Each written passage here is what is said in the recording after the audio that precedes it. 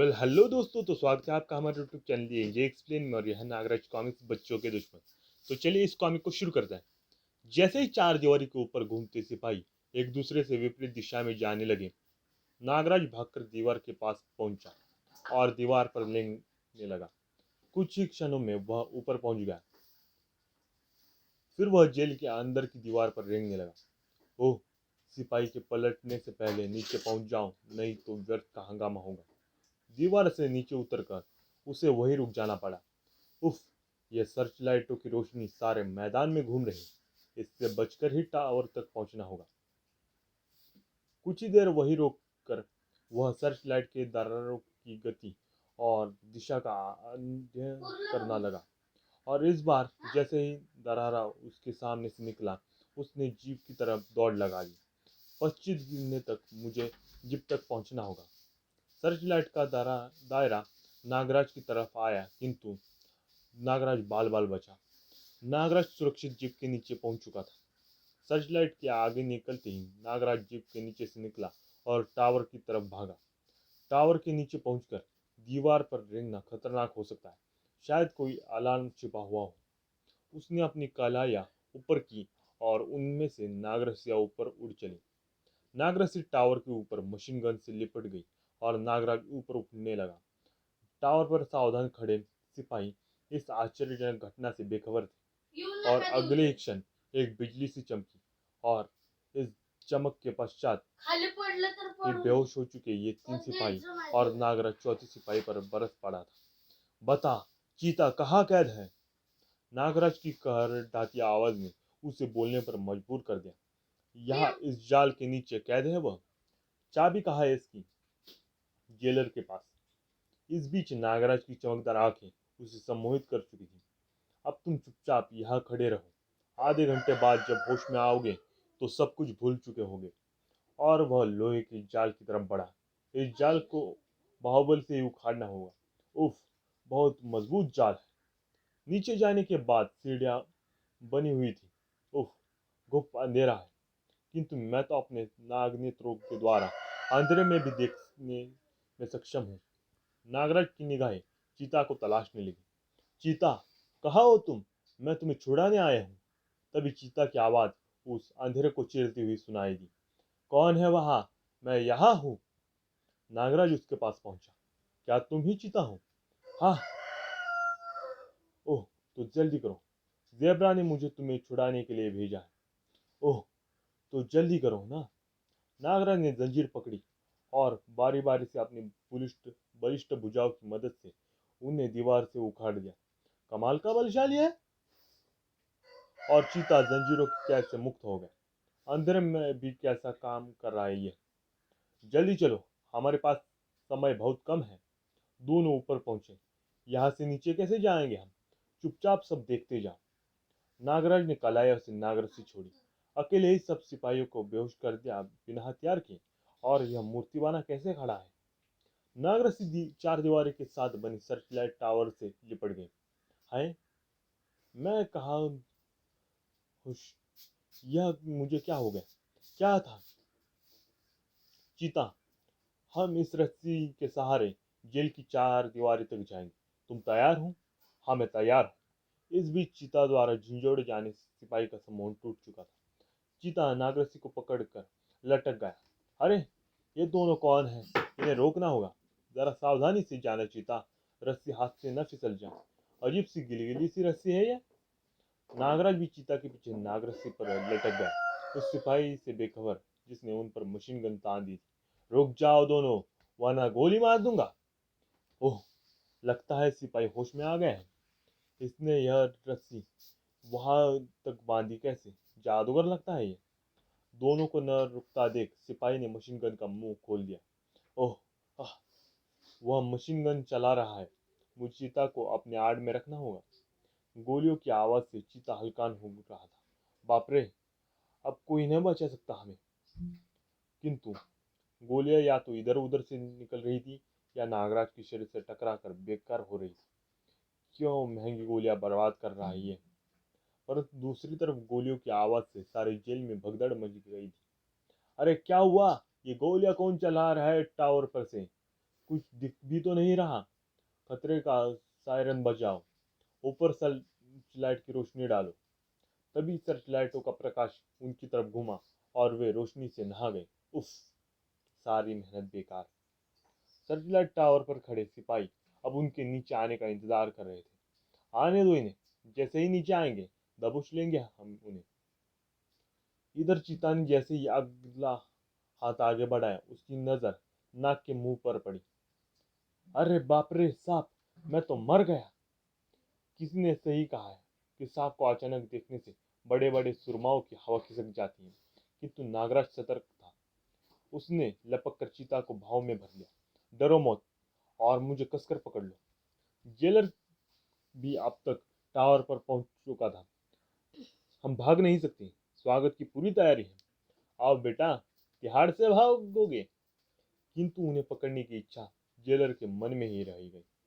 नागराज की करार लात ने उसे टावर के नीचे दीवार पर उछाल फेंका, और इससे पहले कि बाकी सिपाही कुछ कर पाते, नागराज और चीता उन पर कहर बनकर टूट पड़े थे। किंतु जेल में सिपाहियों की संख्या बहुत अधिक थी। वे सब टावर का घेराव कर रहे थे। ये तो बहुत ही बढ़ते जा रहे हैं, और समय बर्बाद किया तो हो सकता है बाहर से भी सहायता आ जाए। भागना ही बेहतर रहेगा। इधर चीता भी यही सोच रहा था। अतः उसने टावर से छलांग लगा दी, और नागराज यह देखकर दंग रह गया कि न केवल वह सही सलामत जमीन पर पहुंच गया, बल्कि एक तरफ भाग भी निकला। यह तो वाकई चीते की तरह फुर्तीला है। फिर नागराज भी वहां नहीं रुका। सिपाहियों ने उस पर अंधाधुंध फायरिंग भी की, किंतु वह सब व्यर्थ रहा। नागराज चीता के पीछे झाड़ियों में विलीन हो गया। और जिस समय पुलिस की पेट्रोल जीपें उन्हें सड़कों पर खोज रही थी, वे हेलीकॉप्टर में बैठ अभेद्य कही जाने वाली उस जेल से बहुत दूर आ चुके थे। चीता, किंग ज़ेब्रा के आदेशानुसार हमें तुम्हें जेल से छुड़ाना था। अब तुम हमें अड्डे तक का रास्ता बताओ, तो हम तुम्हें सुरक्षित वहां छोड़ देंगे। जरूर दोस्त। हेलीकॉप्टर सूरज कुंड की निर्जन पहाड़ियों की ओर ले चलो। सीधे शीघ्र ही हेलीकॉप्टर एक निर्जन पहाड़ी स्थल पर मंडरा रहा था।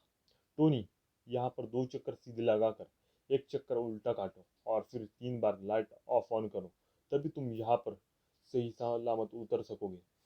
टोनी ने वैसा ही किया, जो कि शायद कोई गुप्त संकेत था। जब में नीचे से भी लाल रोशनी दिखाई दी।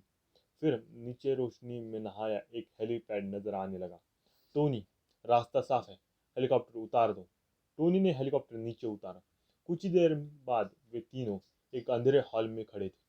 यहाँ अंधेरा क्यों है? बस किंग ज़ेब्रा के आते ही यहाँ रोशनी आ जाएगी। और तभी रोशनी के साथ किंग ज़ेब्रा हॉल में प्रकट हुआ। आओ नागराज, हम तुम्हारा ही इंतजार कर रहे थे, और यकीन मानो कि तुम यहाँ अपनी मर्जी से नहीं आए हो। होटल राज पैलेस पर मेरे आदमियों से मुठभेड़ के बाद से यहाँ तक पहुँचने की तुम्हारी कोई गतिविधि मुझसे छुपी नहीं थी। तुमने अपनी मौत को स्वयं अपने घर पर आने का निमंत्रण दिया है ज़ेब्रा। मैंने कसम खाई है कि तुम जैसे आतंकवादी को चुन चुन कर मारूंगा। नागराज का यह बदला हुआ रूप देखकर चिता के तो जैसे होश उड़ गए। किंग, मैं कुछ समझा नहीं। इसने तो आपके कहने पर मुझे जेल से छुड़ा है। तुम मूर्ख हो चीता। इस शख्स ने केवल तुम्हारे हमारे अड्डे तक पहुंचने के लिए ही इस गद्दार टोनी से मिलकर तुम्हें जेल से छुड़ा है, वरना यह तो हम जैसे लोगों का पक्का दुश्मन नागराज है। और सुनो, मुझे आपसे 1 घंटे बाद लंदन की फ्लाइट पकड़नी है। मैं इसे तुम्हारे हवाले छोड़कर जा रहा। इससे इस काबिल न छूटना, यह अपनी कसम याद रख सके। यह सुनते ही चीता ने नागराज पर छलांग लगा दी, और नागराज और चीता में मुठभेड़ होने लगी। इस बीच ज़ेब्रा वहां से निकल चुका था। नागराज के धुआंधार वारों से चीता बेदम हो चुका था। हाय, मुझे छोड़ दो। तुझे सिर्फ ज़ेब्रा के बदले छोड़ सकता हूँ। मुझे उस तक पहुंचने का रास्ता बता दो। और फिर चीता उसे सब बताने लग गया। क्रोधित नागराज ने अपनी दोनों खड़ी उंगलियों का वार उसकी आंखों पर किया। जा नीच, जब तक पुलिस नहीं आ जाती यही अंधेरे में भटकता रहे। नागराज टोनी के साथ दीवार की तरफ बढ़ा, और उसने चीता द्वारा बताए गुप्त बटन दबा दिए। फलस्वरूप दीवार में मार्ग नजर आने लगा। दोनों आगे बढ़ चले थे। उस गलियारे में बढ़ते हुए दोनों हेलीपैड तक पहुंच गए। जहां उनका हेलीकॉप्टर ज़ेब्रा के आदमियों के कब्जे में खड़ा था। टोनी, कहीं चीता ने हमें गलत कोड तो नहीं बता दी? हम तब भी इनसे निपटने के लिए तैयार हैं नागराज। हेलीकॉप्टर के घर पहुंचते ही उन्होंने दोनों को रोका। अपना कोड नंबर बताओ। ZBR 666। कोड नंबर सुनते ही वे संतुष्ट हो गए और अगले ही क्षण दोनों हेलीकॉप्टर द्वारा आकाश में उड़ रहे थे। टोनी सड़क की तरफ बढ़े। अभी वह ज्यादा दूर नहीं गया होगा। कुछ ही दूरी पर ज़ेब्रा की कार आंधी तूफान की तरह दौड़ी जा रही थी। कल सारे संसार में यह खबर फैल जाएगी कि बुलडॉग विलियम व सिमेंट जैसे दिग्गजों का खात्मा करने वाला नागराज ज़ेब्रा के दाएं हाथ चीता के हाथों मारा गया। बेचारा नागराज अपनी कसम न पूरी कर सका। अरे, यह यह कार हिल क्यों रही है? अरे, यह तो हवा में उठ रही है। और सच्चाई यह थी, यह चमत्कार उन अनगिनत सांपों का था जो नागराज के जिस्म में वास करते थे। और अगली सुबह दिल्ली वासियों के लिए उत्तेजना भरी थी। दरियागंज पुल पर ज़ेब्रा का जिस्म टंगा हुआ था और उस पर यह पोस्टर लटका हुआ था, यह व्यक्ति आतंकवादी दल का सरगना ज़ेब्रा है जिसने आपके मासूम बच्चों की हत्याएं की। अब मैं इसे आप लोगों के लिए छोड़कर जा रहा हूँ नागराज। किसी ने यह दृश्य देखते ही पुलिस को फोन कर दिया था, किंतु पुलिस के पहुंचने से पहले ज़ेब्रा क्रोधित भीड़ का शिकार बन चुका था। लोगों ने पत्थर मार मार कर ज़ेब्रा को मार डाला था। उधर नागराज के कहने पर टोनी एक पब्लिक टेलीफोन बूथ पर प्रविष्ट हुआ। हेलो कमिश्नर साहब, खूंखार आतंकवादी ज़ेब्रा के ठिकाने का पता नोट कर लीजिए। और पता बताने के बाद जब वह बूथ से बाहर निकला तो नागराज का कोई पता न था। ओह नागराज, तुम दिल्ली वासियों को छोड़कर चले गए, लेकिन कोई बात नहीं। अपराध के खिलाफ तुम्हारी इस जंग का एक सैनिक मेरे रूप में अभी भी यहाँ मौजूद है। मैं कसम लेता हूँ कि मेरे रहते दिल्ली में अब कोई नया ज़ेब्रा सिर नहीं उठा सकेगा। समाप्त। तो दोस्तों, नागराज की ये कॉमिक्स बच्चों की दुश्मन यहीं पे समाप्त होती है। अगर आपको ये कॉमिक्स पसंद आया हो तो इस कॉमिक को और मेरे वीडियो को लाइक शेयर और चैनल को सब्सक्राइब कीजिए। और साथ में ऐसे कंटेंट को ज़्यादा से ज़्यादा सुनने और पढ़ने के लिए मेरे चैनल से जुड़े रहिए। Thanks for watching. जय भारत, वंदे मातरम।